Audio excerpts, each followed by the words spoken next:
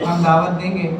ان کا تعارف میں آپ کے سامنے یوں کروں، یہ استاذ الاساتذہ بھی ہیں، یعنی کافی سارے جن بچوں کو انہوں نے پڑھایا آج وہ کئی جگہوں پر پڑھا رہے ہیں، کافی سال سے مسند تدریس پر بیٹھے ہوئے ہیں۔ پڑھانا آپ اندازہ لگا سکتے ہیں کہ کتنا بڑا کام ہے، اور جامعہ غوثیہ ممبئی میں شیخ الحدیث کے عہدے پر بھی ہیں، اور سنی بڑی مسجد مدن پورہ آپ لوگ جانتے ہوں گے، وہاں کے خطیب و امام بھی ہیں، اور علماء کونسل کے صدارت سے بھی انہیں نوازا گیا۔ اللہ رب العزت ان کے عمر کو، ان کے عمر میں، علم میں، تمام چیزوں میں برکتیں بھی عطا فرمائے۔ عزیز بزرگوں اور دوستوں، جب اتنے عظیم مہمان ہمارے سامنے ہیں تو ہم جو ہے یہاں سے خالی ہاتھ نہ جائیں، ہم یہاں سے کچھ لے کر جائیں۔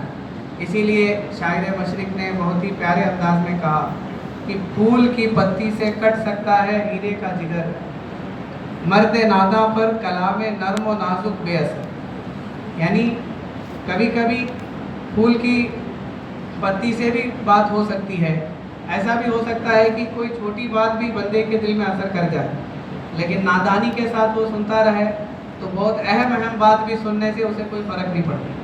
تو آج ہم یہ ارادہ کر کے بیٹھے کہ یہاں سے ہم کچھ لے کر جائیں گے، ہماری زندگی میں تبدیلی بھی لائیں گے۔ ابھی قرآن پاک کی تفسیر میں بھی آپ نے سنا ہوگا، رب تعالیٰ ارشاد فرماتا ہے وَقَالَ الَّذِينَ لَا يَعْلَمُونَ لَوْلَا يُكَلِّمُنَا اللَّهُ أَوْ تَأْتِينَا آیَةٌ۔ ان لوگوں نے کہا کہ اللہ رب العزت ہم سے ڈائریکٹ کیوں نہیں کلام فرماتا، یا ہمارے لیے کوئی نشانی کیوں نہیں آ جاتی۔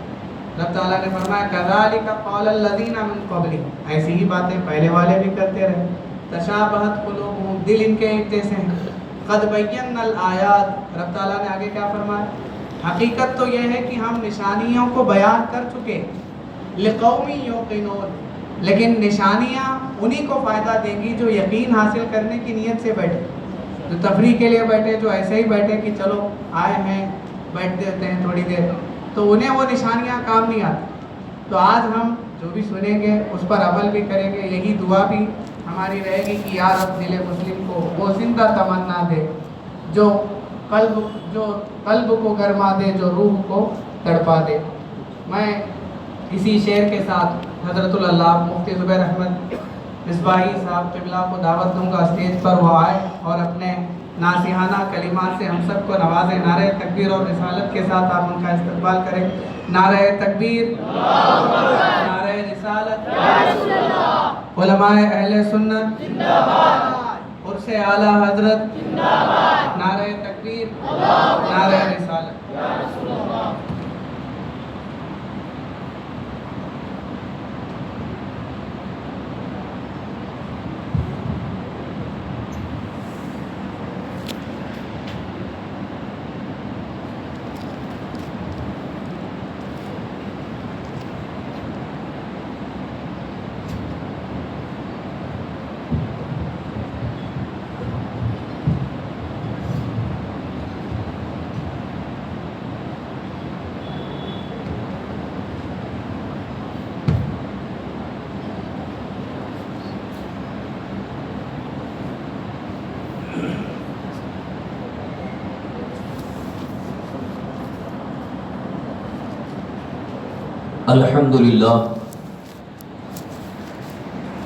الحمدللہ رب العالمین والعاقبۃ للمتقین والصلاة والسلام علی سید الانبیاء والمرسلین وعلی آلہ واصحابہ اجمعین، اما بعد فاعوذ باللہ من الشیطان الرجیم، بسم اللہ الرحمن الرحیم، انما یخشی اللہ من عبادہ العلماء۔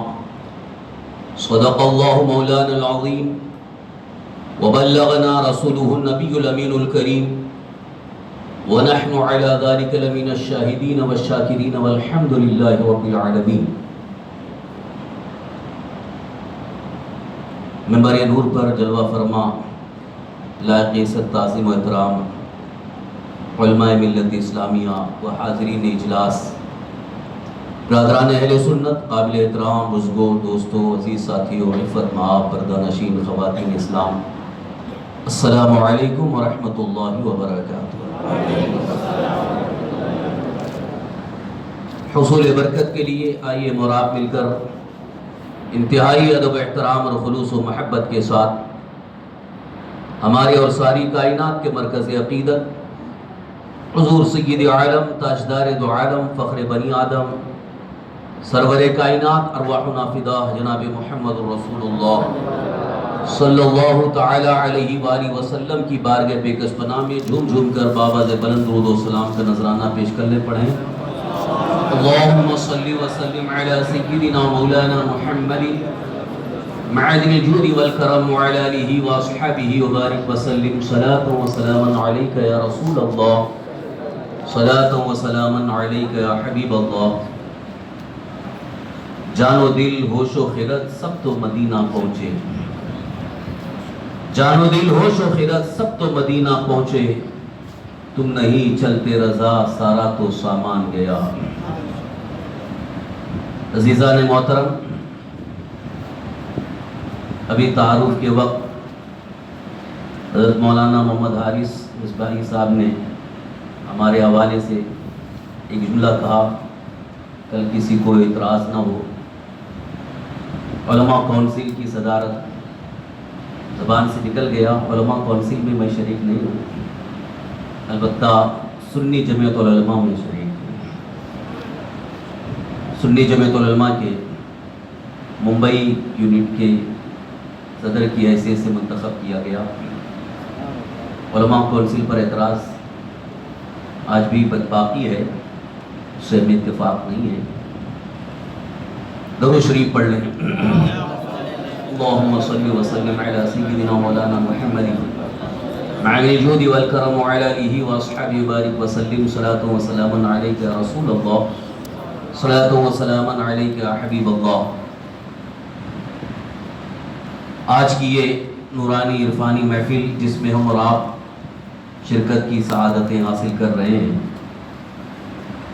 اللہ کے محبوب بندے،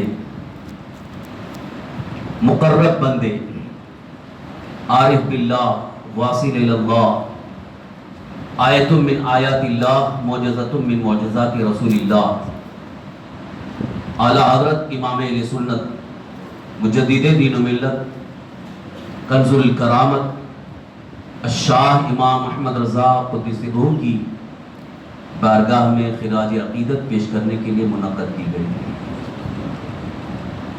ابھی کل ہی کا وہ مقدس دن 25 صفر المظفر جو اعلیٰ حضرت امام اہل سنت کی تاریخ وصال ہے، بریلی شریف کی سرزمین پر لاکھوں کا جم غفیر آپ نے دیکھا،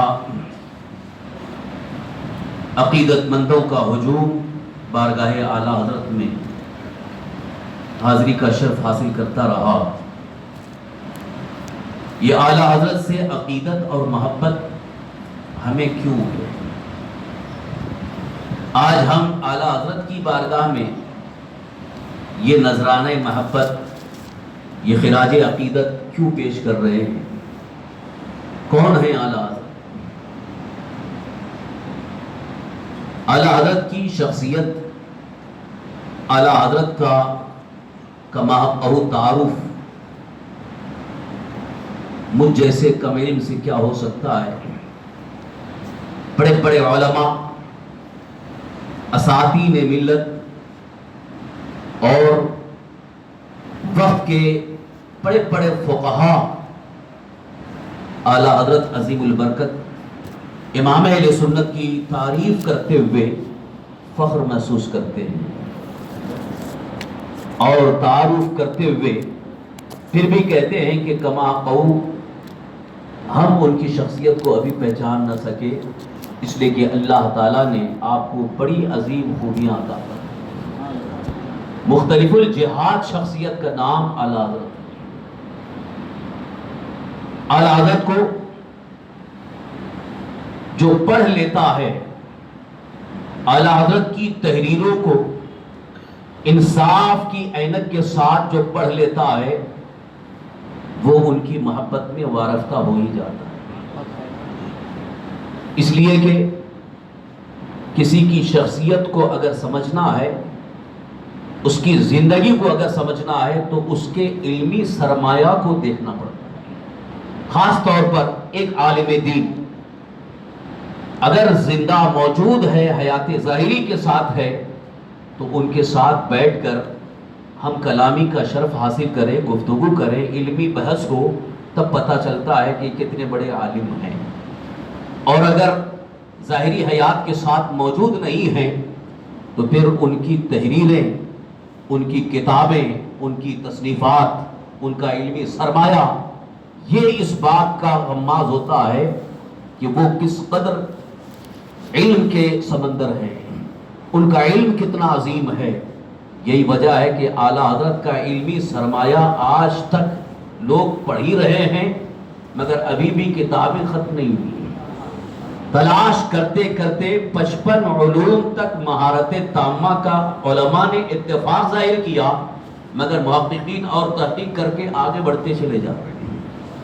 یعنی تحقیق کے میدان میں جب آگے بڑھ رہے ہیں تو علوم کا اور عظیم دروازہ کھلتا نظر آ رہا ہے.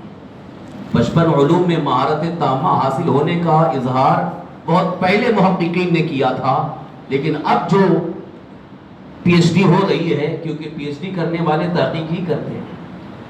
جو بھی پی ایچ ڈی کرتا ہے کسی ایک شخصیت پر تو ان کی ذات پر، ان کی تحریروں پر، ان کی خدمات پر، ان کی قربانیوں پر وہ تحقیق کرتا ہے، ریسرچ کرتا ہے، تو کئی اور علوم سامنے آتے جا رہے ہیں. اس طرح سے اور کئی علوم کا پتہ چلا تو بعض علماء نے، جو محققین نے پیش کیا ہے کہ اور مزید علوم کا پتہ چلتا جا رہا ہے جس میں آپ کو مہارت تامہ حاصل تھی.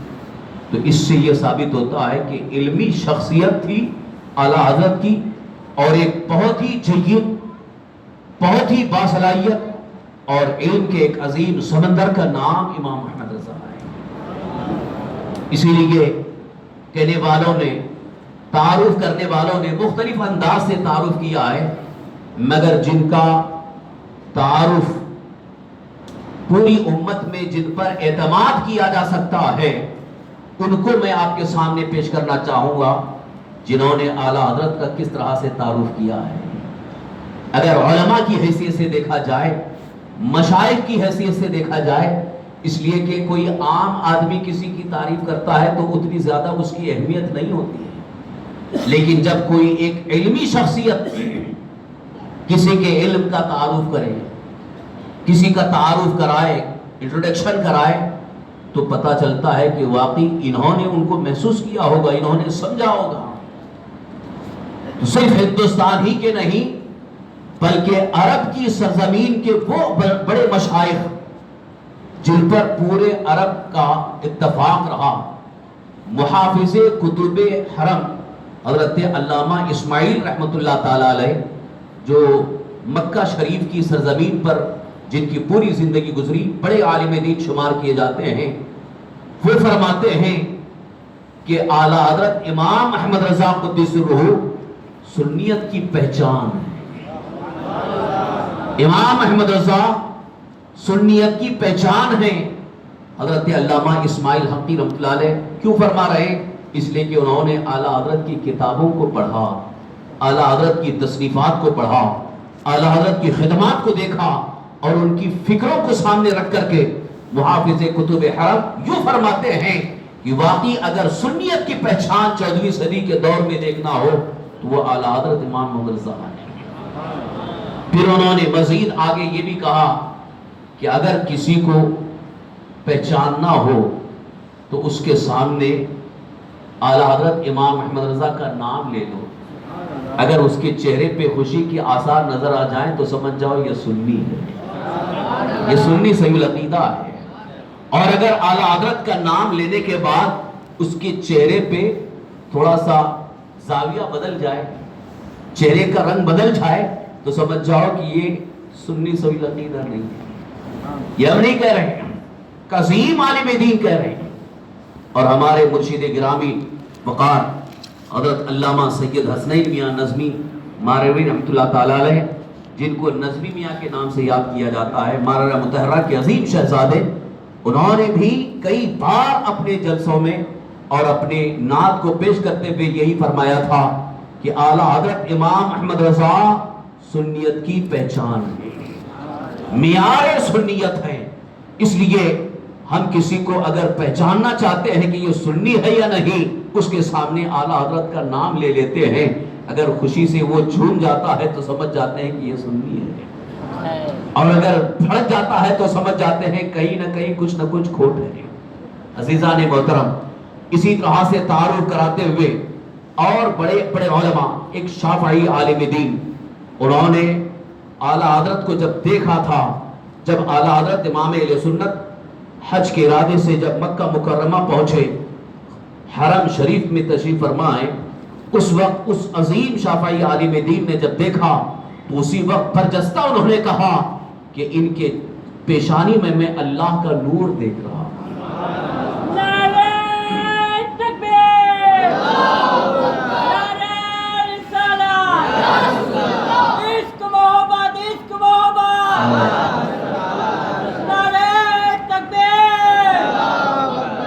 یقیناً انہوں نے جب پیشانی پر غور سے دیکھا تو کہتے ہیں کہ میں دیکھ رہا ہوں کہ ان کی پیشانی میں اللہ کا نور دیکھ رہا ہوں، نور خدا کو دیکھ رہا ہوں۔ اور یاد رکھو، واقعی جو اللہ والا ہوتا ہے اس کی پیشانی میں خدا کے نور کی جھلک ہوتی ہے، وہ نور دیکھتے ہیں۔ اسی لیے صوفیاء کرام فرماتے ہیں ولی را ولی بھی شناست، ولی کو ولی ہی پہچان سکتا ہے۔ یہ ایرو غیرو نتھو خیرو کیا پہچانیں گے ولی کو؟ جن کے پاس کچھ بھی معیار نہیں ہے، نہ علمی اعتبار سے، نہ تصوف کے اعتبار سے، نہ معرفت کے اعتبار سے، وہ کچھ نہیں پہچان سکتے۔ اور جو نہیں پہچانتا ہے وہ تو ایسے ہی مذاق اڑاتا رہے گا، اور جو پہچان لیتا ہے تو پھر وہ ان کے قدموں کی دھول بننے میں فخر محسوس کرتا ہے۔ عزیزان گرامی، اعلیٰ حضرت امام اہل سنت کا تعارف ہم جیسے کیا کریں، عظیم علماء ان کا تعارف پیش کرتے نظر آتے ہیں۔ اور ایک بزرگ عالم دین فرماتے ہیں کہ اعلیٰ حضرت امام احمد رضا وہ سید عالم دین ہیں کہ جن کی کتابوں کو صحیح طریقے سے جو پڑھ لکھا وہ وقت کا ایک بہترین مصنف، مفسر، محدث بن سکتا ہے، اور وقت کا بہترین ماہر فقیہ بن کر کے فتویٰ نویسی کر سکتا ہے۔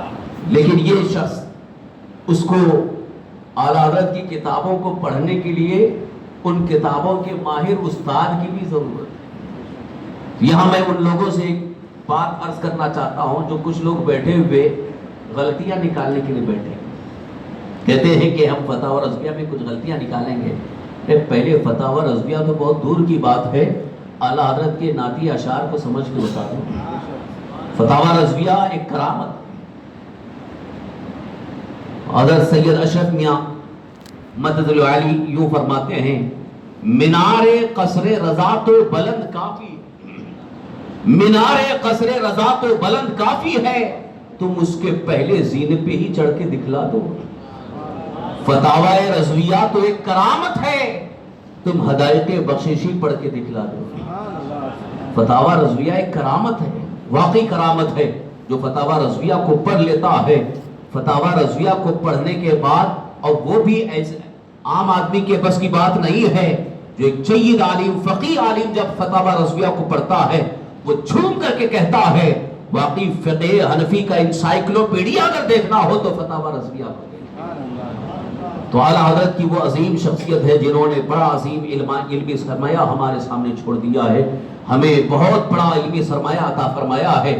اور اس طرح سے تعارف پیش کرتے ہوئے آئیے میں آپ کو لے چلوں اس عظیم بارگاہ میں جو پورے ہندوستان بلکہ پوری دنیا کی مرکز عقیدت عظیم بارگاہ ہے، مارہ مطہرہ۔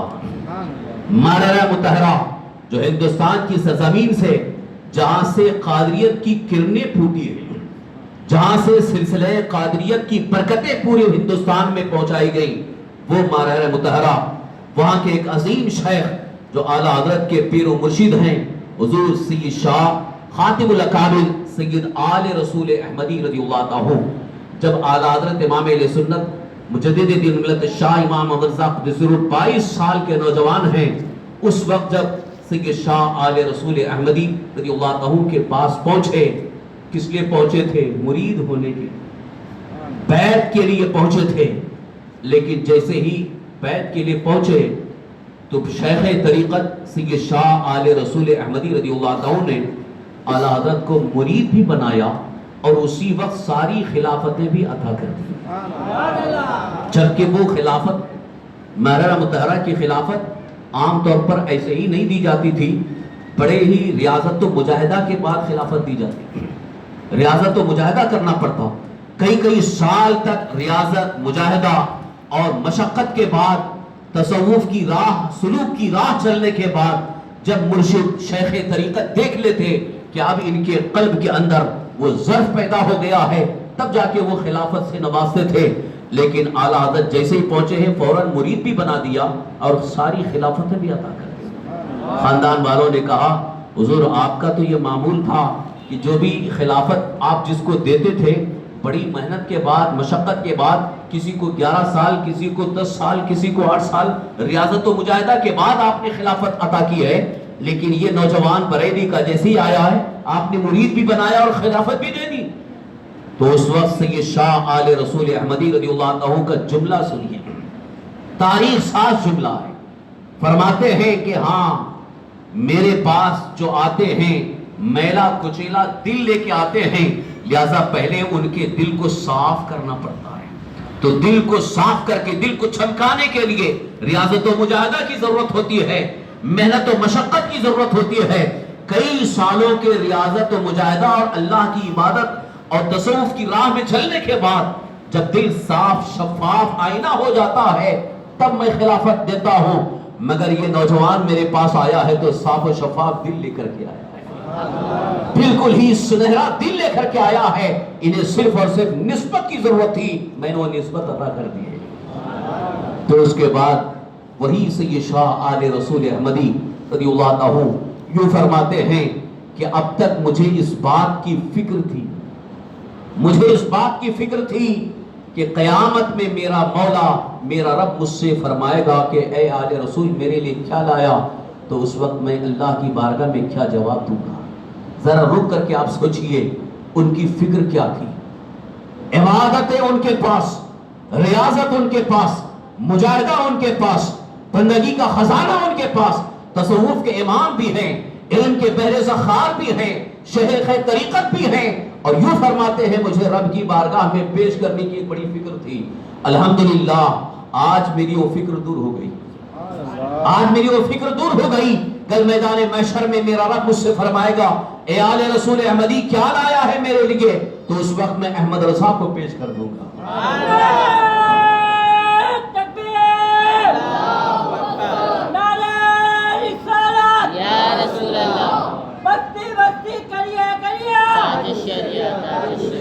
عشق محمد، عشق محمد، نعرہ تکبیر، نعرہ رسالت. درود شریف پڑھ لیں. اللہم صلی وسلم علی سیدنا مولانا محمد مع الجود والکرم وعلی آلہ واصحابہ بارک وسلم. صلاۃ و سلاما علیک یا رسول اللہ، صلاۃ و سلاما علیک یا حبیب اللہ.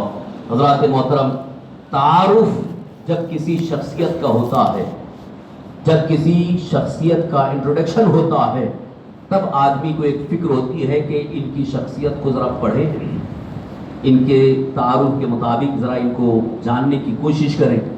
تو جیسے جیسے ہی یہ تعارف سامنے آنا شروع ہوا، بڑے بڑے علماء نے آپ کو پڑھنا شروع کیا، یہاں تک کہ آج بھی عرب کی سرزمین پر جامعہ ازہر مصر کے اندر جو بڑے بڑے محققین سنی صحیح عقیدہ علماء ہیں وہ اعلیٰ حضرت کو پڑھ رہے ہیں، اور اعلیٰ حضرت کی کئی کتابوں کا عربی میں وہاں پر ٹرانسلیشن ہو چکا ہے، آپ کی تحقیقات کو پیش کیا جا رہا ہے، اور اب انہیں اس بات کا احساس ہو رہا ہے کہ واقعی دنیا سنیت میں اتنے زبردست عالم دین، اور وہ بھی تصوف کی راہ میں اتنے عظیم عالم دین جن کا ہم کو اب تک تعارف نہیں تھا، اس لیے کہ بد مذہب بدعقیدوں نے وہاں جا کر کے اعلیٰ حضرت کا غلط تعارف پیش کیا.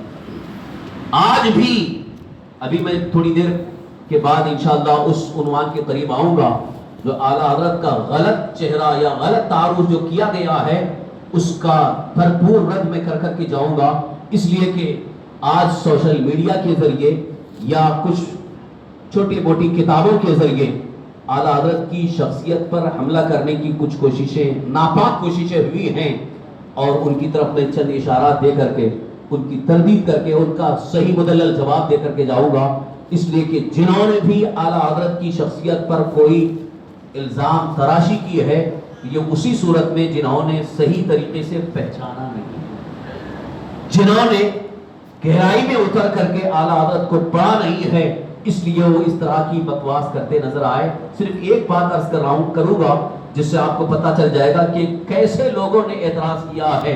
جیسے ابھی چند دنوں پہلے ایک اعتراض سامنے آیا کہ آپ لوگ پڑھتے ہیں ڈال دی قلب میں عظمت مصطفیٰ سیدی اعلیٰ حضرت پہ لاکھوں سلام، آپ لوگ یہ پڑھتے ہیں، حالانکہ اعلیٰ حضرت تو سید نہیں تھے۔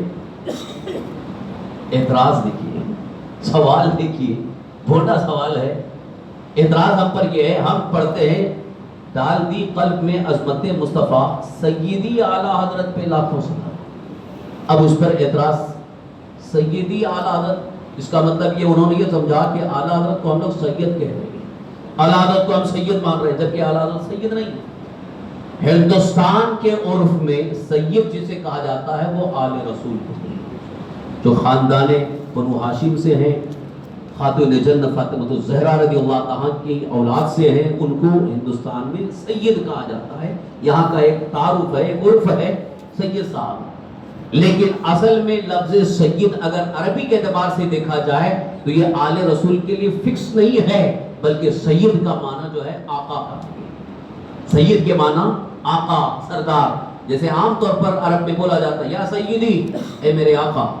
جو غلام ہوتے تھے وہ اپنے آقا کو یا سیدی کہتے ہیں، یا چھوٹا اپنے بڑے کو یا سیدی کہہ کر کے پکارتا ہے، اور شیخ کو یعنی جو طالب علم ہے، اسٹوڈنٹ ہے، وہ اپنے شیخ کو، اپنے استاد کو یا سیدی کہہ کر کے پکارتا ہے۔ تو یہ لفظ سیدی، اے میرے آقا، اس معنی میں بالکل ہی عرف عام میں مشہور ہے، یہاں آل رسول سید مراد نہیں ہے، لہذا جب بھی یہ شعر پڑھا جائے تو آپ کو یہ اعتراض نہیں ہونا چاہیے۔ اسی لیے میں نے کہا ایسے ہی لوگوں نے اعتراض کیا ہے جو کچھ بھی نہیں جانتے، جن کو پتہ ہی نہیں ہے کہ لفظ سید کا معنی کیا کیا آتا ہے، لفظ سید کتنے معنی میں استعمال ہوتا ہے، لفظ سید کب کب بولا جاتا ہے۔ لہذا یہاں جب شعر پڑھا جا رہا ہے ڈال دی قلب میں عظمت مصطفیٰ سیدی اعلیٰ حضرت پہ لاکھوں سلام، تو یہاں لفظ سید سے وہ آل رسول سید مراد نہیں ہے، بلکہ ہم یہ عرض کر رہے ہیں اے آقا آپ پر لاکھوں سلام۔ عزیزان محترم توجہ ادھر رکھیے، توجہ ادھر رکھیے، کوئی بات نہیں، کوئی اہم معاملہ نہیں، آپ ادھر رکھیے، درود شریف پڑھ لیجیے۔ اللهم صل وسلم على سيدنا مولانا محمد طب القلوب ودوائها وعافية الأبدان وشفائها ونور الأبصار وضيائها وعلى آله وصحبه وسلم تسليما دائما أبدا۔ اسی طرح سے ایک اعتراض اور سامنے آیا، مصطفیٰ جان علیہ رحمت پہ لاکھوں سلام جو سلام پڑھتے ہیں، اسی کا ایک شعر ہے، کاش محشر میں جب ان کی آمد ہو اور بھیجے سب ان کی شوکت پہ لاکھوں سلام، اکثر پڑھتے ہیں نا۔ اب کچھ لوگ، اور مجھے تعجب اس بات پہ ہے، جو بد مذہب ہیں، بدعقیدہ ہیں، جن کا ایمان نہیں ہے، وہ اگر اعتراض کرے تو آپ کو کوئی اعتراض ہی نہیں، اس لیے کہ وہ تو ان کو تو عقل ہے ہی نہیں۔ جب خدا دین لیتا ہے تو عقلیں چھین لیتا ہے، وہاں تو عقلیں ہے ہی نہیں۔ لیکن جو سنی ہو کر کے اگر کوئی اعتراض کرتا ہے تو بڑا افسوس ہوتا ہے۔ اس شعر پر بھی اعتراض کیا گیا ہے، یہاں کہتے ہیں کہ کاش محشر میں جب ان کی آمد ہو اور، لفظ کاش کب بولا جاتا ہے؟ جب کسی چیز کا یقین نہیں ہوتا ہے تب بولتے ہیں کاش۔ صحیح ہے نا؟ کہ جیسے اگر میں کہوں کہ کاش ہمارے حضرت آ جاتے، یعنی ابھی یقین نہیں ہے، کاش آ جاتے، تو یہ لفظ کاش پر اعتراض کر رہے ہیں کہ کاش محشر میں جب ان کی آمد ہو اور بھیجے سب ان کی شوکت پہ لاکھوں سلام۔ یعنی معترض اعتراض کرنے والا یہ کہہ رہا ہے کہ اعلیٰ حضرت کو حضور صلی اللہ علیہ وسلم کے محشر میں آنے کا یقین ہی نہیں ہے، اس لیے کاش کہہ رہے ہیں۔ اعتراض سمجھ میں آ رہا ہے سوال؟ اب جواب سنیے۔ شعر کو سمجھنے کے لیے بہترین شاعر ہونا بھی ضروری ہے، شعر و شاعری کے فن سے واقفیت بھی ضروری ہے، وہ فن سے واقف نہیں ہیں، شعر و شاعری کی شین سے بھی واقف نہیں ہوں گے جنہوں نے اعتراض کیا ہوگا، اور جو واقعی ماہر عالم دین ہوں گے اور جو شعر و شاعری کے فن سے واقف ہوں گے وہ آپ کو صحیح جواب دے سکتے ہیں۔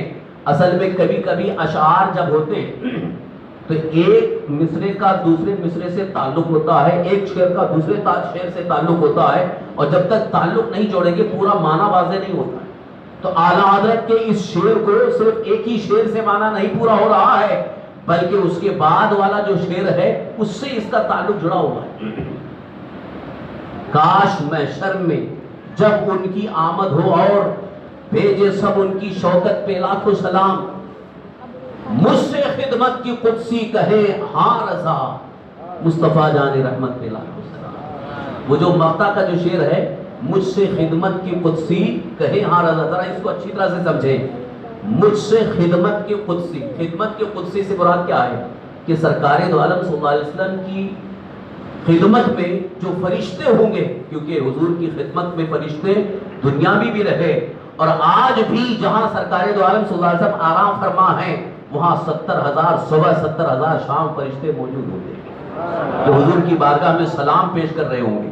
تو وہی فرشتے جب سرکار دو عالم صلی اللہ علیہ وسلم میدان محشر میں تشریف لائیں گے، اس وقت حضور کی خدمت میں آس پاس فرشتوں کا ایک ہجوم ہوگا۔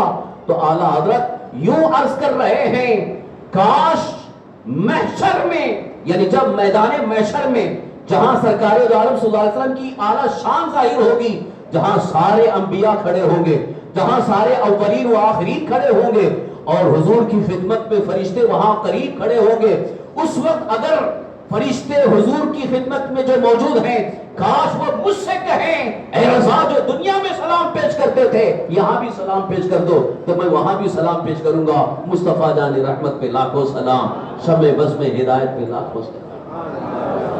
یہ شعر، دونوں شعر مل کر کے معنی پورا ہو رہا ہے۔ کاش، یہ کاش کا تعلق یہ میدان محشر میں آمد سے نہیں ہے، بلکہ کاش فرشتے مجھ سے کہیں، مجھ سے خدمت کی قدسی کہیں، مجھ سے خدمت کے قدسی، خدمت کے قدسی کا مطلب فرشتے، قدسی فرشتے کو کہا جاتا ہے۔ یہ عربی بلفظ، یہ اردو میں مستعمل ہے، لفظ ملائکہ عربی میں ہے اور فرشتہ اردو ہے، اور قدسی بھی فرشتوں کے لیے بولا جاتا ہے۔ تو اعلیٰ حضرت شعر میں کیا بہترین انداز سے عرض کر رہے ہیں کہ سرکار دو عالم صلی اللہ علیہ وسلم کی بارگاہ کے جو فرشتے ہیں ان کو قدسی کہا جا رہا ہے، وہ خدمت کے قدسی مجھ سے کہیں اے رضا تم یہاں بھی سلام پیش کرو، تو کاش مجھے وہاں فرشتے کہیں تو میں وہاں بھی سلام پیش کروں۔ اسی لیے اس منظر کو اعلیٰ حضرت نے اس شعر میں بھی پیش کیا ہے، صبا وہ چلے کہ باغ پھلے کہ دن ہو بھلے، پھول کھلے کہ دن ہو بھلے، لوا کے تلے ثنا میں کھلے رضا کی زبان تمہارے لیے۔ یعنی جب میدان محشر قائم ہوگا، میدان محشر میں ایک مقام وہاں پر ہوگا جہاں سرکار دو عالم صلی اللہ علیہ وسلم تشریف فرما ہوں گے، اور اس وقت ایک جھنڈے کے نیچے حضور صلی اللہ علیہ وسلم تشریف فرما ہوں گے، وہ اس کو لواء الحمد کہا جاتا ہے۔ اس کو کیا کہتے ہیں؟ لواء الحمد۔ اس جھنڈے کا نام ہے جو حضور صلی اللہ علیہ وسلم کے لیے مخصوص جھنڈا ہوگا، اور اللہ کے رسول صلی اللہ علیہ وسلم اس جھنڈے کے نیچے ہوں گے، اور سارے انبیاء اسی جھنڈے کے نیچے ہوں گے، اسی جھنڈے کے نیچے ہوں گے۔ اور لیکن وہاں کیا ہوگا؟ منظر حدیث پاک میں بھی ذکر کیا گیا ہے، خود اللہ کے رسول صلی اللہ علیہ وسلم نے ارشاد فرمایا ہے، لواء الحمد، وہ جھنڈا میرے لیے خاص ہوگا، سارے انبیاء وہاں پر موجود ہوں گے، اور سارے انبیاء حضور صلی اللہ علیہ وسلم کا خطبہ پڑھ رہے ہوں گے۔ حضرت آدم علیہ السلام سے لے کر ہمارے آقا صلی اللہ علیہ وسلم تک جتنے انبیاء اور مرسلین دنیا میں تشریف لائے، میدان محشر میں سارے انبیاء وہاں ہوں گے۔ لواء الحمد کے نیچے جب حضور تشریف فرما ہوں گے، سب انبیاء حضور کی بارگاہ میں ثنا پیش کر رہے ہوں گے، حمد پیش کر رہے ہوں گے، خطبہ پیش کر رہے ہوں گے۔ تو اعلیٰ حضرت یوں عرض کرتے ہیں، لوا کے تلے ثنا میں کھلے رضا کی زبان تمہارے لیے۔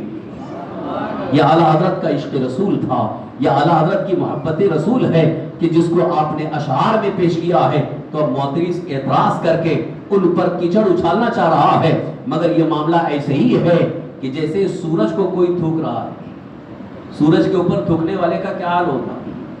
سورج کو جو تھوکنا چاہتا ہے وہ تھوک اس کے منہ پہ ہی آئے گا۔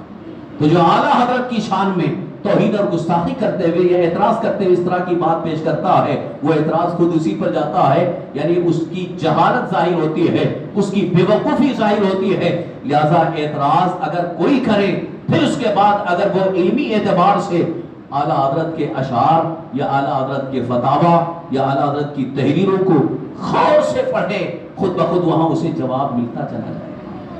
تو میں یہ اس لیے عرض کیا کہ میں نے اس لیے کہا کہ کچھ لوگوں نے شان گھٹانے کے لیے اعلیٰ حضرت کی شان میں طرح طرح کے رقیق حملے شروع کیے، مگر اعلیٰ حضرت کی شان کو اللہ کے رسول اللہ تعالیٰ نے اس طرح سے ظاہر فرما دیا کہ آج صرف ہندوستان ہی نہیں بلکہ پوری دنیا کے کونے کونے میں اعلیٰ حضرت کا چرچا نظر آ رہا ہے۔ ہمارے ایک ساتھی عالم دین کینیڈا گئے، کینیڈا اور پرتگال ایسے علاقے میں جہاں ابھی بہت سارے نو مسلم ہوئے ہیں، جو کرسچن جو ابھی کنورٹ ہو کر کے مسلمان ہوئے ہیں، وہاں جب وہ پہنچے دیکھا وہاں مسجد میں مصطفیٰ جان رحمت پہ لاکھوں سلام پڑھا جا رہا ہے۔ یہ پہنچے وہاں پر اور تعجب کرنے لگے، یہاں تو اعلیٰ حضرت نہیں آئے لیکن سلام کیسے پہنچ گئے؟ اعلیٰ حضرت نہیں پہنچے مگر سلام وہاں پہنچ گیا ہے۔ پتہ چلا یہ بارگاہ رسالت مآب میں مقبولیت حاصل ہو چکی ہے۔ جو بارگاہ رسول صلی اللہ علیہ وسلم میں کلام مقبول ہو جاتا ہے وہ کلام لوگوں کے دلوں میں چھا جاتا ہے۔ جو بارگاہ رسول صلی اللہ علیہ وسلم میں مقبول ہو جاتا ہے اس کا کلام بھی مقبول ہوتا ہے، اس کی شخصیت بھی مقبول ہوتی ہے۔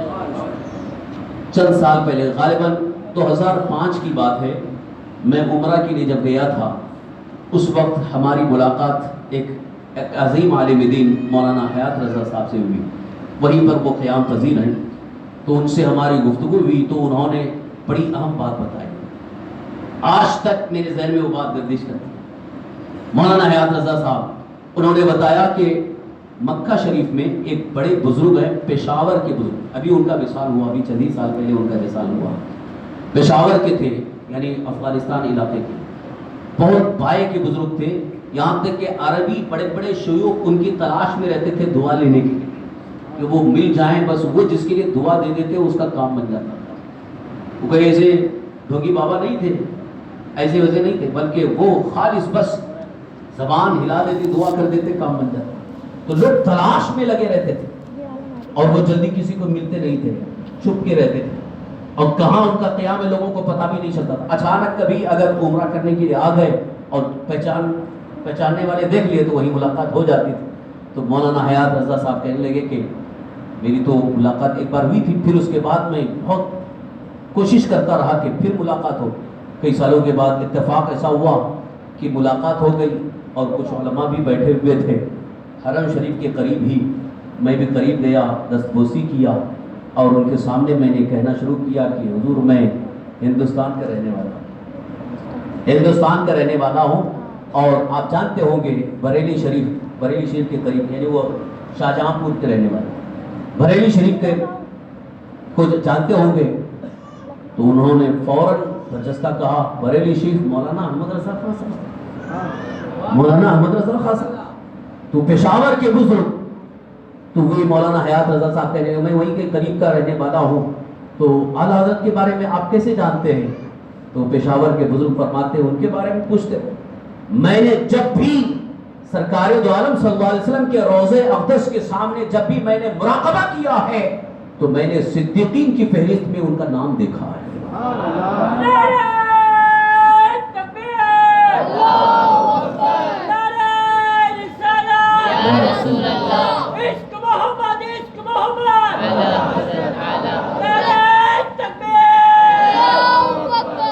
یقیناً پشاور کے بزرگ جب یہ کہہ رہے ہیں وہ ہندوستان کے نہیں تھے، بر صغیر سے ہے، لیکن وہ اعلیٰ حضرت کو پہچانے کیسے؟ انہوں نے کہا میں نے مراقبہ کر کے پہچانا۔ مراقبہ یہ اولیاء اللہ کا ایک مخصوص عمل ہوتا ہے، اللہ کے ولی صوفیاء اکرام بزرگان دین وہ سر جھکا کر دل پر جب نظر ڈالتے ہیں تو بہت سارے حجابات اٹھ جاتے ہیں، پردے ہٹتے ہیں اور بہت ساری چیزیں وہ دیکھ لیتے ہیں۔ اسی لیے ان کے بارے میں یہ بھی کہا گیا ہے لوح محفوظ است پیش اولیاء، یعنی اولیاء اللہ کی نگاہوں کے سامنے لوح محفوظ بھی ہوتا ہے۔ یعنی وہ لوح محفوظ کو دیکھ لیتے ہیں. تو یہ کشف کے ذریعے، مراقبہ کے ذریعے جو لوح محفوظ کو دیکھ لیتے ہیں وہ تحت الصراط بھی دیکھ لیتے ہیں. لہذا پتہ چلا کہ وہ پشاور کے بزرگ ولی کامی تھے، عارف باللہ تھے، صاحب کشف تھے. اسی وقت انہوں نے اعلیٰ حضرت کا تعارف یوں کیا کہ بارگاہ مصطفیٰ میں ان کا نام صدیقین کی فہرست میں میں نے دیکھا ہے. تو اس سے یہ ظاہر ہوتا ہے کہ اعلیٰ حضرت کوئی معمولی شخصیت کا نام نہیں ہے، بلکہ جن کا اللہ نے نام صدیقین کی فہرست میں لکھ دیا.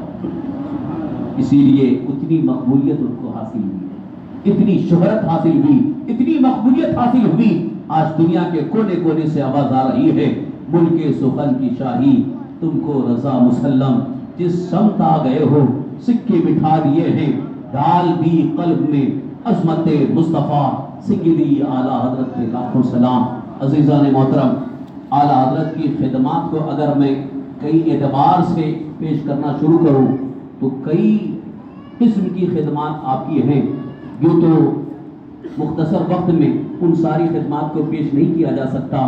میں چند خدمات آپ کے سامنے رکھنا چاہوں گا، اس لیے کہ اس بات کو بتانے کے لیے تاکہ ہر مسلمان سنی صحیح عقیدہ اس بات پر یقین کرے کہ اعلیٰ حضرت کا ہم سنیوں پر سب سے بڑا احسان ہے.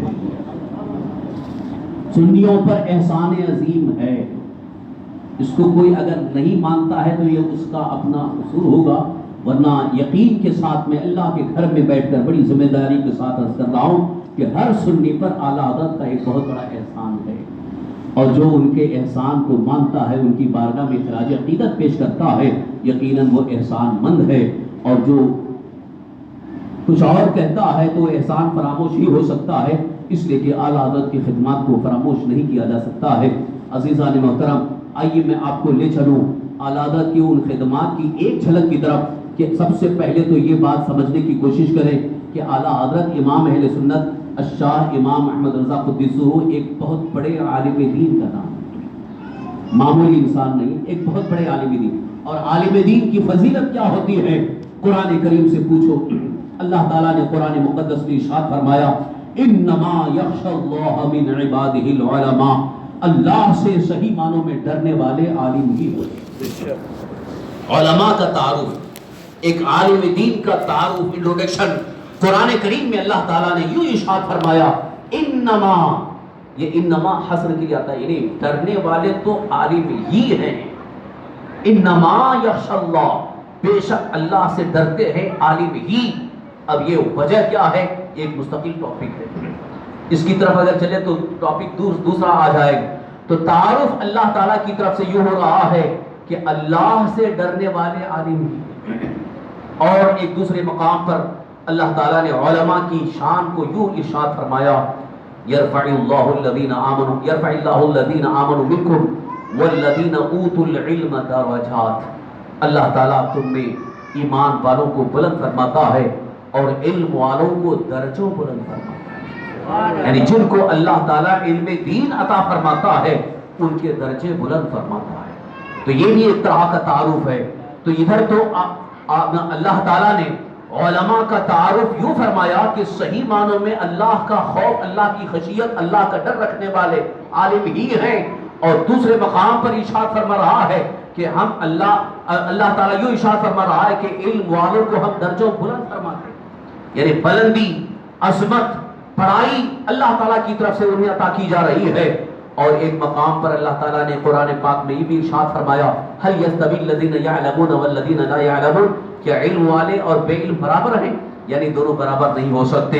تو درجوں جنہیں بلند کیا اور جن کو اللہ تعالیٰ نے کیوں ارشاد فرمایا کہ صحیح معنوں میں وہی ڈرتے ہیں، تو وہ کون عالم دین ہیں، ان کی شخصیت کیا ہے، ان کی ذات کیا ہے، ان کو کیسے پہچانا جائے.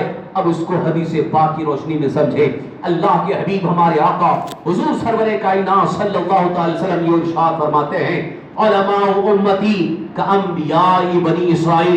میری امت کے علماء انبیاء بنی اسرائیل کی طرح. میری امت کے علماء بنی اسرائیل کے انبیاء کی طرح ہیں. یہاں رسول پاک صلی اللہ علیہ وسلم ایک مشابہت عطا فرما رہے ہیں. اور حضور صلی اللہ علیہ وسلم نے کتنے فضائل علماء کے بیان فرمائے ہیں، لہذا ان ساری حدیثوں کو سامنے رکھ کر، قرآن کریم کی آیات کو سامنے رکھ کر کہ وہ عالم دین جن کا تعارف اللہ نے پیش فرمایا ہے، جن کا تعارف حدیث پاک میں حضور نے بیان فرمایا ہے، اگر ان کو صحیح معنوں میں پہچاننا ہے تو اس فہرست کو آپ تلاش کرو، علماء کی فہرست کو ڈھونڈو جن کے اندر عشق رسول بھی ہو، جن کے اندر معرفت الہی بھی ہو، جن کے اندر علم کی خوشبو بھی ہو، جن کے اندر تصوف بھی ہو، جن کے اندر حقیقت کی معرفت بھی ہو، جن کے اندر اللہ تبارک و تعالیٰ کا خوف بھی ہو، خشیت بھی ہو، اور علم کا ایسا عظیم سمندر ہو کہ جن کے ذریعے شریعت مصطفیٰ کی پاسداری ظاہر ہو رہی ہو، جن کے ذریعے شریعت مصطفیٰ کی باریکیاں سامنے آ رہی ہوں، جن کے ذریعے عظمت مصطفیٰ کا پیغام مل رہا ہو، جن کے ذریعے قوم و ملت کی رہنمائی حاصل ہو رہی ہو، یقیناً یہ ساری چیزیں جن کے اندر ہوگی وہی صحیح معنوں میں عالم دین ہوگا۔ اب اس فہرست کو ہم جب تلاش کرتے ہیں، اس فہرست میں ایک عظیم اور ایک نمایاں چہرہ اعلیٰ حضرت امام محمد رضا کا نظر آتا ہے، اس لیے کہ حقیقت میں اگر خوف و خشیت ربانی کے اعتبار سے دیکھا جائے تو اعلیٰ حضرت کی ذات میں خشیت ربانی، خوف الہی اس قدر عظیم ہے، اللہ اکبر۔ آپ اور ان کی تحریریں پڑھتے جاؤ، ان کے فتاوی کا مطالعہ کرو، ان کی نعتوں کو سامنے رکھو، خوف و خشیت ربانی ظاہر ہوتی نظر آتی ہے، اور آپ کی زندگی کو جب ہر جہت سے، ہر اعتبار سے جب ہم دیکھتے ہیں تو اللہ کے خوف سے بھری نظر آتی ہے۔ لہذا یہی سے پتہ چلا کہ اللہ نے جن کے بارے میں فرمایا انما یخشی اللہ من عبادہ العلماء، اللہ سے صحیح معنوں میں ڈرنے والے علماء ہی ہیں، وہ علماء میں اعلیٰ حضرت کا نام موجود ہے، وہ عالم دین، اعلیٰ حضرت عالم دین ہیں۔ یوں تو فہرست بہت طویل ہے، فہرست میں بڑے عظیم علماء ہیں، انہی میں سے اعلیٰ حضرت کی ایک شخصیت کو پیش کر رہا ہوں، اس لیے کہ جو تعارف قرآن کریم میں آپ کو مل رہا ہے وہ تعارف آپ کی ذات میں نظر آ رہا ہے، اور جو حقیقت ایک عالم دین کے ذریعے ظاہر ہوتی ہے حدیث پاک کی روشنی میں، وہ اعلیٰ حضرت کی ذات میں نظر آ رہی ہے۔ حدیث پاک میں اللہ کے رسول سرکار دو عالم صلی اللہ علیہ وسلم نے ارشاد فرمایا من یرد اللہ بہ خیرا یفقہہ فی الدین۔ بہت غور سے سنیے، اب موضوع کے قریب آ رہا ہوں۔ رسول کائنات صلی اللہ علیہ وسلم ارشاد فرماتے ہیں اللہ جس کے لیے خیر کا ارادہ فرماتا ہے اسے دین کا فقیہ بنا دیتا ہے۔ یہ حدیث پاک ہے، اور یہ حدیث صحیح حدیث ہے، بخاری شریف کی بھی حدیث ہے۔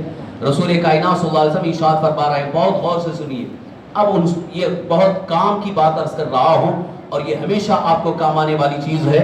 جتنے بھی معترضین، اعتراض کرنے والے، جتنے بھی کیچڑ اچھالنے والے، جتنے بھی آپ کی شان میں گستاخی کرنے والے، اگر وہ حدیث پاک کو صحیح معنوں میں دیکھیں، پھر اعلیٰ حضرت کی شخصیت کو، اعلیٰ حضرت کی تحریروں کو، اعلیٰ حضرت کے فتاوی کو سامنے رکھیں، کہ ان کو اس حدیث پاک کی روشنی میں ماننا ہوگا۔ رسول کائنات صلی اللہ علیہ وسلم کیا ارشاد فرما رہے ہیں من یرید اللہ بہ خیرا، جس کے لیے اللہ خیر کا ارادہ فرماتا ہے، یعنی جس کو خیر اور بھلائی دینا چاہتا ہے اسے دین کا فقیہ بنا دیتا ہے۔ اس حدیث کا صاف اور ظاہر مفہوم یہی ہے کہ یعنی اللہ تعالیٰ انہیں بے پناہ خیر عطا فرماتا ہے، دنیا کی بھی خیر، آخرت کی بھی خیر، حشر کی خیر۔ خیر کا مطلب بھلائی، لیکن بھلائی یہاں صرف خیر سے مراد ایک معمولی بھلائی نہیں ہے، بلکہ صوفیاء کرام فرماتے ہیں خیر کی اعلیٰ چیز یہ ہے کہ جو اللہ اپنی رضا جسے چاہتا، اپنی رضا جسے دینا چاہتا ہے اسے خیر عطا فرماتا ہے، یعنی جس سے اللہ راضی ہوتا ہے اسے خیر عطا فرماتا ہے، اللہ جس سے راضی ہوتا ہے اسے خیر عطا فرماتا ہے، اور اس خیر کی ایک پہچان یہ ہے اس کا خاتمہ بالخیر ہوتا ہے، اس کا ایمان پر خاتمہ ہوتا ہے، اور اسے ایمان پر مکمل استقامت عطا کی جاتی ہے، اور اس کے دل میں ایمان کو نقش کر دیا جاتا ہے، اسے بارگاہ رسول صلی اللہ علیہ وسلم کا قرب عطا کیا جاتا ہے، سرکار دو عالم صلی اللہ علیہ وسلم کی عنایتوں کی آماج گاہ بنا دیا جاتا ہے۔ یہی وجہ ہے سب سے پہلے اللہ نے اپنے حبیب کی امت میں جس کے لیے خیر کا ارادہ فرمایا انہیں صدیق اکبر بنا دیا، جن کو خیر کا ارادہ فرمایا انہیں فاروق اعظم بنا دیا، جن کو خیر کا ارادہ فرمایا انہیں عثمان غنی بنا دیا، جن کے لیے خیر کا ارادہ فرمایا انہیں مولا کائنات علی مرتضیٰ بنا دیا، جنہیں خیر کا ارادہ فرمایا, انہیں حسین اعظم بنا دیا. جن کے لیے خیر کا ارادہ فرمایا انہیں امام اعظم بنا دیا. جن کے لیے خیر کا ارادہ فرمایا انہیں امام شافعی بنا دیا. اسی طرح سے ہر دور کے اعتبار سے دیکھتے چلے جائیں, جن کو اللہ نے خیر کا ارادہ فرمایا انہیں امام احمد رضا بنا دیا. نعرہ تکبیر، اللہ اکبر، نعرہ رسالت، یا رسول اللہ، بستی بستی کریا کریا، تاج شریعت، تاج شریعت، عشق محبت، عشق محبت، اعلیٰ حضرت اعلیٰ، نعرہ تکبیر، اللہ اکبر. نعرہ رسالت. یا رسول اللہ. مجھے تھوڑا سا بڑی تکلیف یہ ہو رہی ہے کہ بیچارے تنہا یہی نعرے لگا رہے ہیں اور کوئی بھی نہیں ہے جن کے جذبات نہیں ہیں, اور وہ بھی ماشاءاللہ اس بڑھاپے میں, اس عمر میں اپنے جذبات کا اظہار کر رہے ہیں, نعرہ لگا رہے ہیں. الحمدللہ یہ ان کے جذبات ہیں, میں ان کے جذبات کو سلام پیش کرتا ہوں. اور نوجوانوں کو چاہیے کہ اس سلسلے میں یہ نہیں کہوں گا کہ اب آپ لوگ بھی نعرہ لگاتے رہیں, لیکن یہ ہے کہ ایمانی جذبہ بیدار رہے. یہ ایمانی جذبہ ہے اور یہ ایمانی جذبہ سلامت رہے. میں یہ عرض کر رہا تھا, حدیث پاک کی روشنی میں رسول اکرم صلی اللہ علیہ وسلم نے ارشاد فرمایا, من یرید اللہ بہ خیرا یفقہہ فی الدین, اللہ جس کے لیے خیر کا ارادہ فرماتا ہے اسے دین کا فقیہ بنا دیتا ہے. یہ لفظ فقیہ کیا ہے؟ فقہ سے بنا ہے. فقہ یہ دین کی مخصوص سمجھ کو کہتے ہیں. یہ بھی یہ سب کو نہیں عطا ہوتی. اللہ کے مقدس دین کی ایک مخصوص سمجھ جس کو عطا ہوتی ہے اسے فقیہ کہا ہے.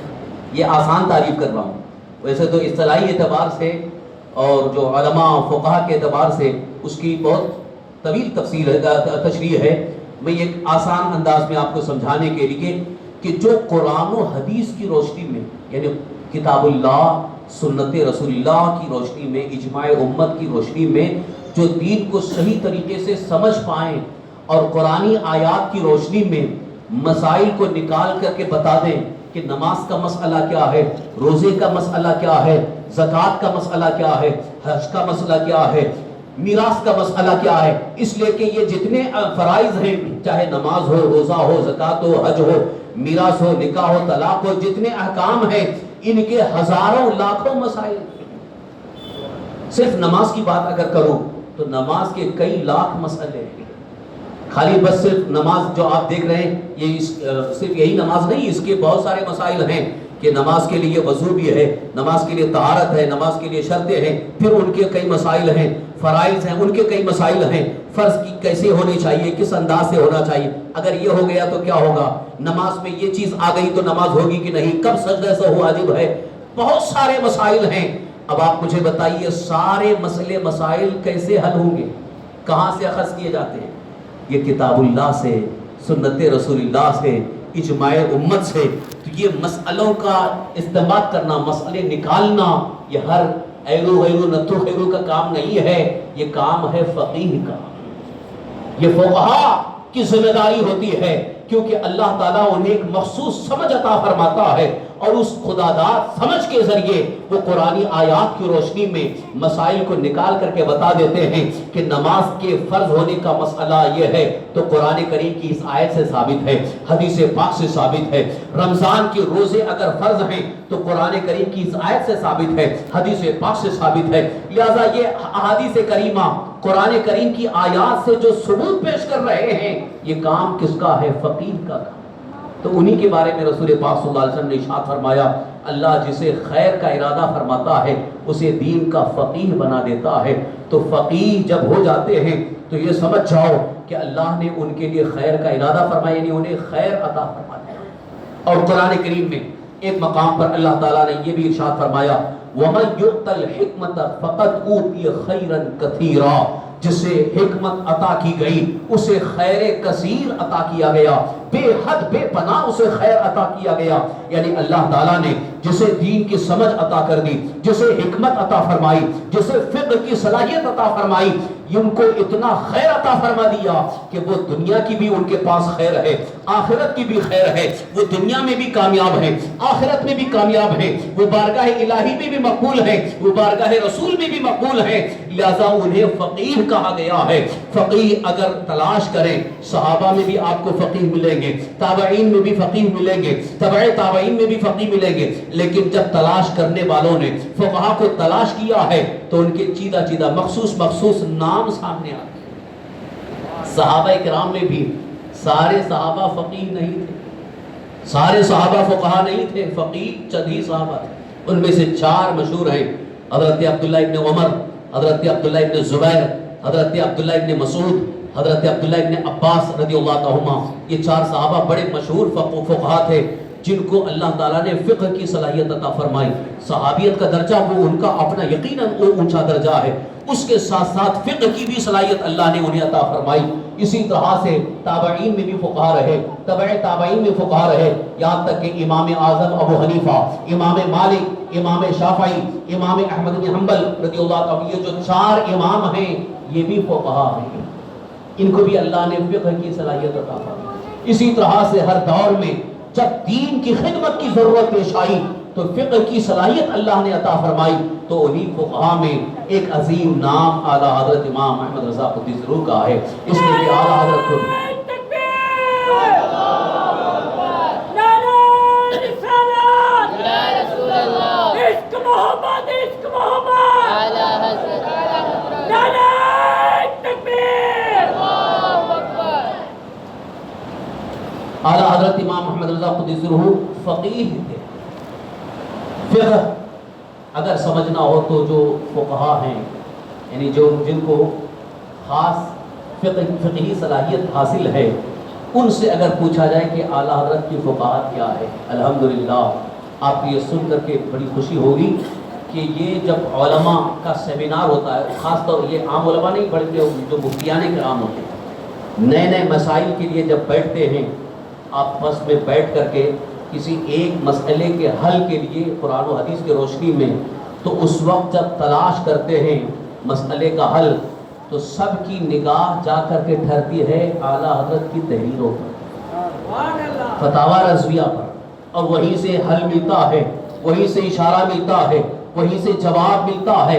اس کے بعد پھر امت کے سامنے مسئلہ پیش کیا جاتا ہے. آپ کو یہ سن کر کے حیرت ہوگی, ابھی چند سالوں پہلے کی بات ہے, دیوبندی مکتب فکر کے جو ماننے والے ہیں ان کے مولویوں نے, ان کا بھی ایک سیمینار ہوتا ہے, تو جو دیوبندی مکتب فکر سے تعلق رکھنے والے جو علماء تھے ان کا ایک سیمینار ہو رہا تھا. اس سیمینار کے اندر ان کی جماعت کے بڑے بڑے علماء موجود تھے. ایک مسئلے میں بحث ہو رہی تھی, 3 دن کا فقہی سیمینار تھا, 3 دن تک مسلسل بحث ہوتی رہی لیکن مسئلے کا حل نہیں مل سکا. آخری جو نشست تھی, آخری نشست سے 1 دن پہلے ان لوگوں نے کہا کہ کل آخری نشست میں گفتگو کر لیتے ہیں, اگر حل مل جاتا ہے تو ٹھیک ہے, نہیں تو اس کو پینڈنگ رکھ دیں گے, انشاءاللہ پھر تلاش کیا جائے گا. تو اسی رات, دوسرے دن آخری نشست ہونے والی ہے, تو اسی رات ایک ان کے عالم انہوں نے مطالعہ کیا فتاوی رضویہ.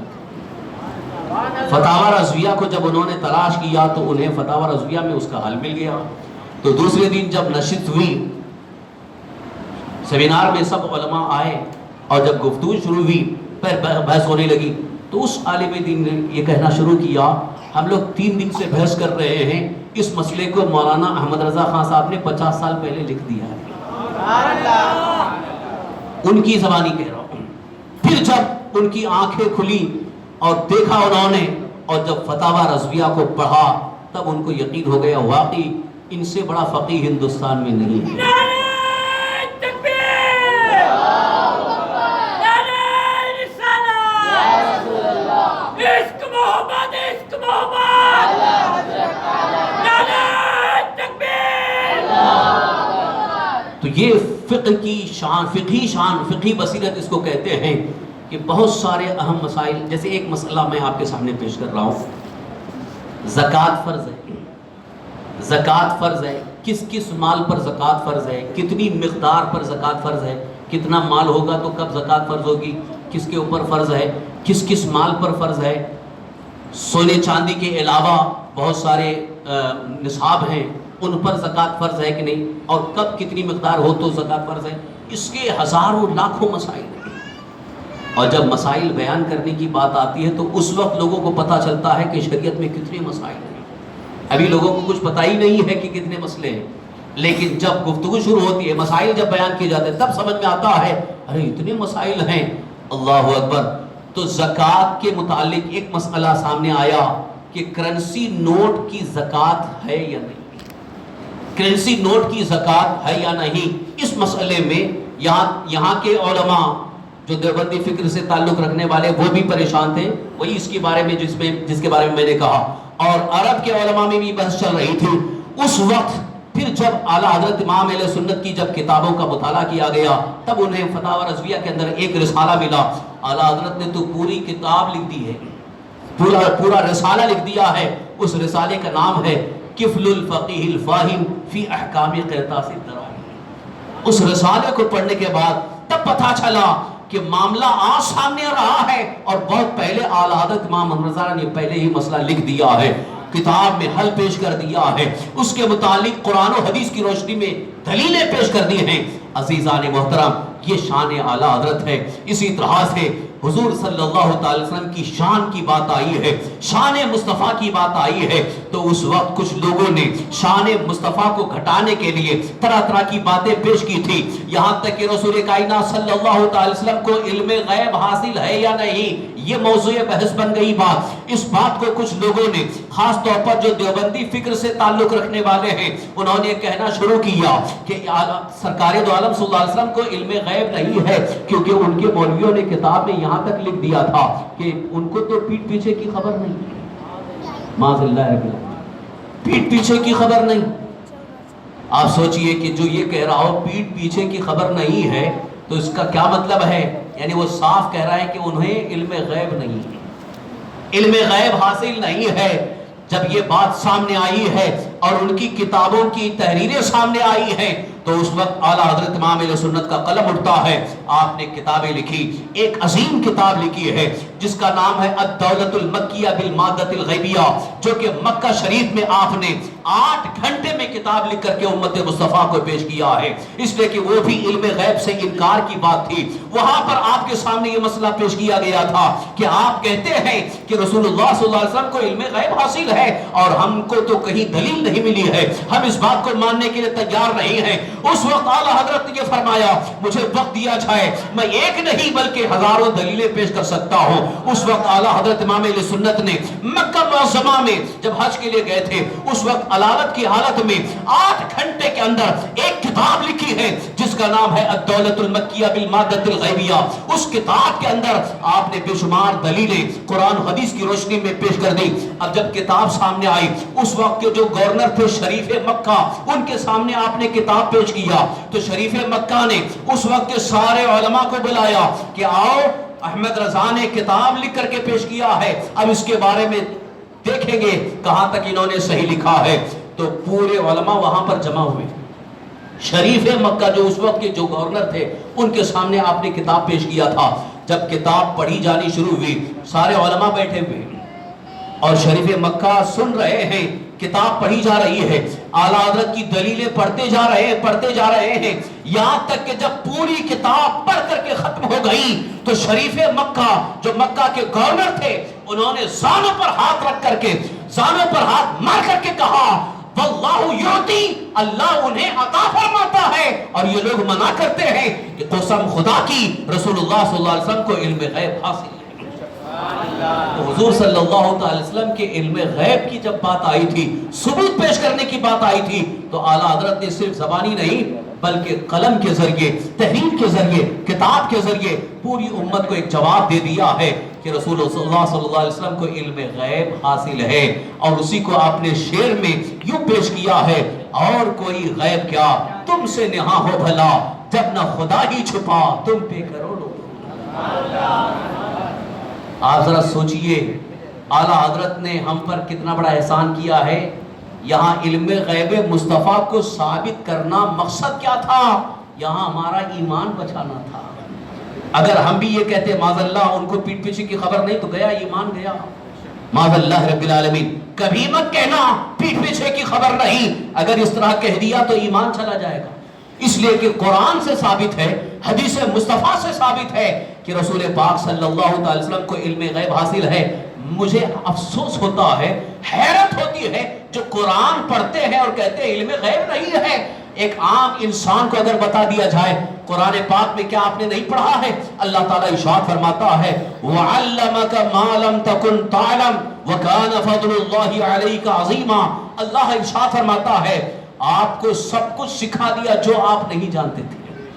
وَعَلَّمَكَ مَا لَمْ تَكُنْ تَعْلَمْ. کیا مطلب ہے؟ اللہ تعالیٰ فرما رہا ہے کہ ہم نے آپ کو سب کچھ سکھا دیا جو کچھ نہیں جانتے تھے. اب رہ کیا گیا؟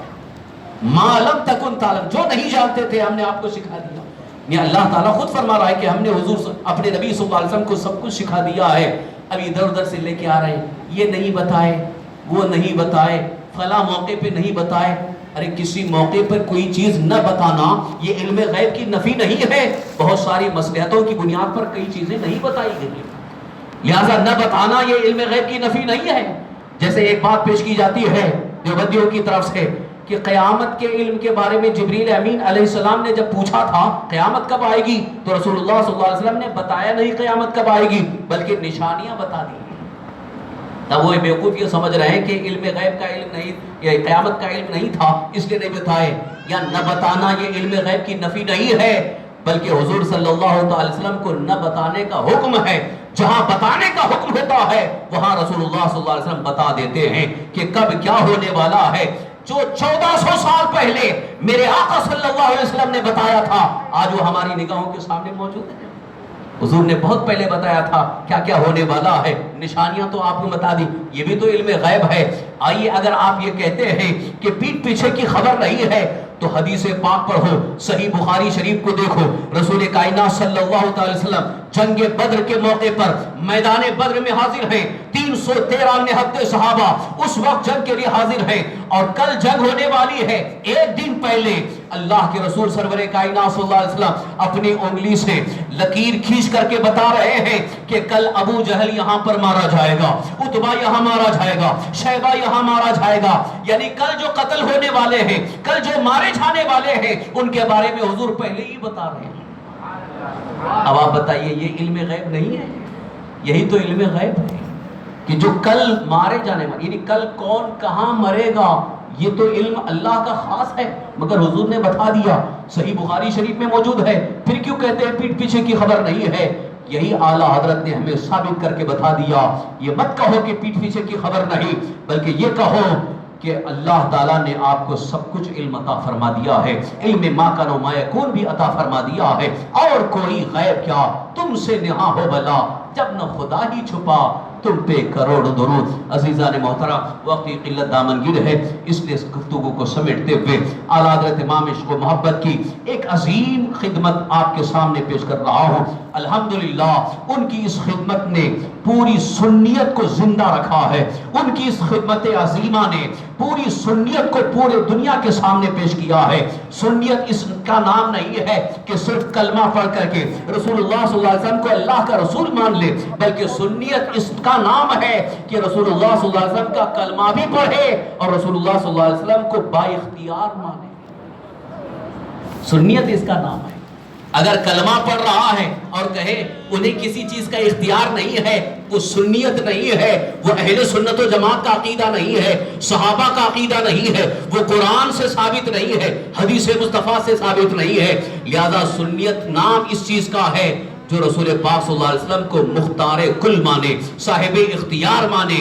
یہ بات آئی تھی اعلیٰ حضرت امام اہل سنت نے اس دور میں کتابوں کے ذریعے ثابت کر کے پیش کر دیا ہے. کئی دلیلیں آپ نے پیش فرمائی ہیں اور آپ کی کتابیں بھی سامنے موجود ہیں. بات آ گئی تھی کہ رسول اللہ صلی اللہ علیہ وسلم کے اختیار کی, کہ کسی چیز کا اختیار نہیں ہے, تو آپ نے ثبوت پیش کیا ہے. ایک دو نہیں, آپ نے سینکڑوں حدیثوں کے ذریعے دلیلیں پیش کی, اور پھر شعر بھی پیش کرتے ہیں. سورج الٹے پاؤں پلٹے,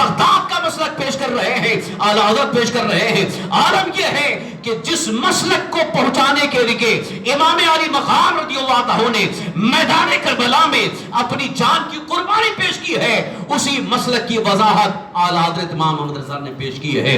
اسی لیے ہم کہتے ہیں جو مسلک اعلیٰ حضرت کا پابند ہو گیا یقیناً وہ سچا حسینی بن گیا، وہی سچا صدیقی بن گیا، وہی سچا خواجہ غریب نواز کا شہدا بن گیا، اور وہی صحیح معنوں میں صحابہ کے نقش قدم پر ہے، اور وہی صحیح معنوں میں سنی سوی عقیدہ ہے۔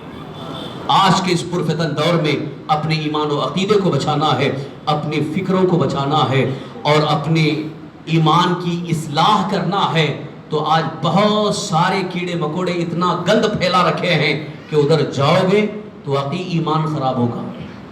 ایمان خراب ہونا یقینی ہے۔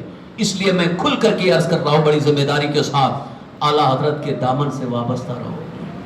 یوں ہی نہیں کہا ہے ایک عظیم شیخ طریقت مارر مطہرہ کے عظیم بزرگ ہمارے جد مرشد حضور سید شاہ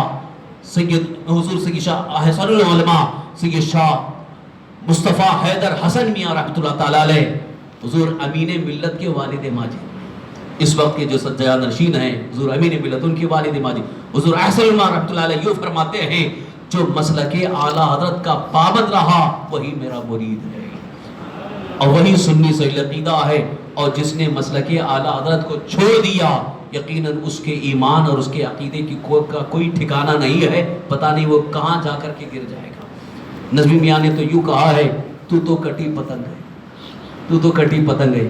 اس لیے آج کی اس محفل میں میں آپ کو بڑی ذمہ داری کے ساتھ یہ دعوت دے کر کے جانا چاہتا ہوں، خاص طور پر اپنے بچوں کو، اپنے جوانوں کو، اپنے گھر والوں کو ایمان و عقیدے کی اصلاح کے لیے اعلیٰ حضرت سے محبت اور مسلک اعلیٰ حضرت سے وابستگی بالکل ہی باقی رکھے، انشاءاللہ العزیز ایمان سلامت رہے گا، عقیدہ محفوظ رہے گا، اور دنیا میں بھی کامیابی ہے اور آخرت میں بھی کامیابی ہے۔